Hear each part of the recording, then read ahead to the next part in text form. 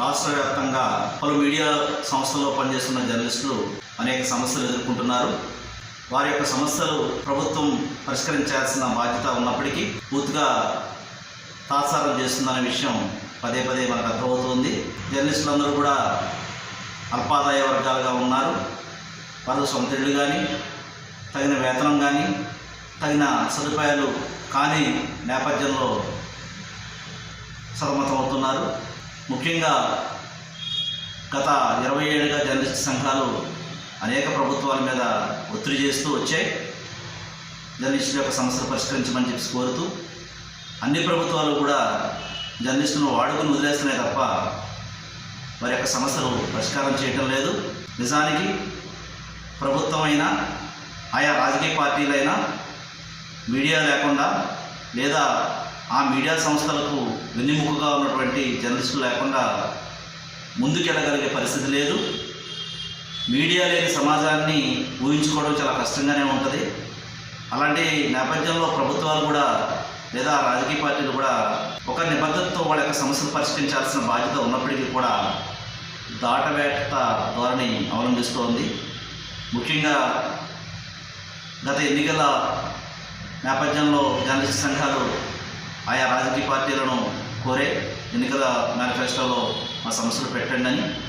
ఆ రోజు YCP party ముందుకొచ్చి వారి యొక్క ఎన్నికల మేనిఫెస్టోలో జర్నలిస్టులకు ఇళ్ల స్థలాలు ఇస్తామనే అంశాన్ని చేర్చినప్పటికీ కూడా గత 4.5 ఏళ్లుగా ఆ సమస్య పరిష్కరించకుండా ఎన్నికలకు 4 నెలల ముందు మాత్రమే జీవో విడుదల చేసింది.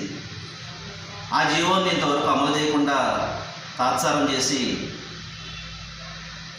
తప్పుకోవడం చాలా అన్యాయం అని చెప్పేసి మేము భావిస్తున్నాం. ఆ జీవో కూడా జర్నలిస్టులు అందరూ భావించారు ప్రభుత్వం ఇళ్ల స్థలాలు ఇస్తుందంటే నామమాత్రం ధరకో లేదా ఉచితంగా ఇస్తుందని. కానీ 60-40 రేషియోలో మాత్రమే హౌస్ సైట్లు ఇస్తామని చెప్పేసి అన్నారు. ఆ లెక్కన విశాఖ జిల్లాలో జర్నలిస్టులు ఇళ్ల స్థలం పొందాలంటే 5-6 లక్షలు చెల్లించాల్సి ఉంటుంది ప్రభుత్వానికి. ఇది అన్యాయం అని చెప్పేసి మేము భావిస్తున్నాం. పోనీ దాన్నైనా అమలు చేశారా అంటే కేవలం అరిచేతిలో స్వర్గం చూపించి ఎన్నికలు అడ్డు పెట్టుకుని ప్రభుత్వం ఇళ్ల స్థలాల ప్రక్రియ నిలిపేసింది. ఇది అన్యాయం చేసి మేము చెప్పదలుచుకున్నాం. ఇప్పుడు తిరిగి మళ్ళీ వైసీపీ పార్టీని, జనసేన పార్టీని, టీడీపీ పార్టీని, బీజేపీ పార్టీని మనం కోరుతున్నది ఏంటంటే ఒక్క అవుట్ సైడ్ సిస్టమే కాకుండా జర్నలిస్టులు ఎదుర్కొంటున్నటువంటి 5-6 అంశాలు ఉన్నాయి. ఇవన్నింటినీ చేర్చండి, జర్నలిస్టుకు భరోసా ఇవ్వండి అని చెప్పేసి మనం డిమాండ్ చేస్తున్నాం, కోరుతున్నాం. దాంట్లో భాగంగానే జర్నలిస్టులకు 4 సెంట్ల స్థలం, ఇంటి స్థలం ఇవ్వాలి. అది కూడా ఉచితంగానో లేదా నామాత్రపు ధరకు ఇవ్వాలి. అదేవిధంగా ఇతర రాష్ట్రాల్లో హర్యానాలో 15,000, కర్ణాటకలో 12,500, కేరళలో 10,000, అస్సాంలో 8,000 చొప్పున రిటైర్డ్ జర్నలిస్టులకు పెన్షన్ ఇచ్చే విధానం ఆయా రాష్ట్రాల్లో అమల్లో ఉంది.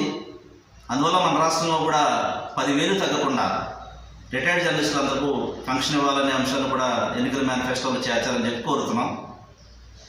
అదేవిధంగా ప్రభుత్వ అధికారులు లాగానే రాజకీయ నాయకుల మాదిరిగానే గతంలో కూడా కరోనా విజృంభించి అనేక ప్రాణాలు తీస్తున్న నేపథ్యంలో ప్రాణాలు సైతం లెక్క చేయకుండా జర్నలిస్టులు అందరూ ముందుకొచ్చి ఆ సమాచారాన్ని రాష్ట్ర వ్యాప్తంగా, ప్రపంచవ్యాప్తంగా సమాచారం అందిస్తున్న నేపథ్యంలో కరోనా నివారణకు చేపట్టిన చర్యల్లో తమ వంతు కృషి చేస్తున్న నేపథ్యంలో దాదాపు 150 మంది జర్నలిస్టులు కన్నుమూశారు. ప్రభుత్వం దృష్టికి తీసుకెళ్లిన తర్వాత వాళ్ళందరికీ మేము పరిహారం అందజేస్తామని చెప్పి 2.5 ఏళ్ల కిందట ప్రభుత్వం 5 లక్షలు పరిహారం చెల్లిస్తామని చెప్పి జీవో విడుదల చేసినప్పటికీ ఈ రోజు వరకు ఆ సమస్య పరిష్కారం చేయలేదు, ఆ జీవోను అమలు చేయలేదు.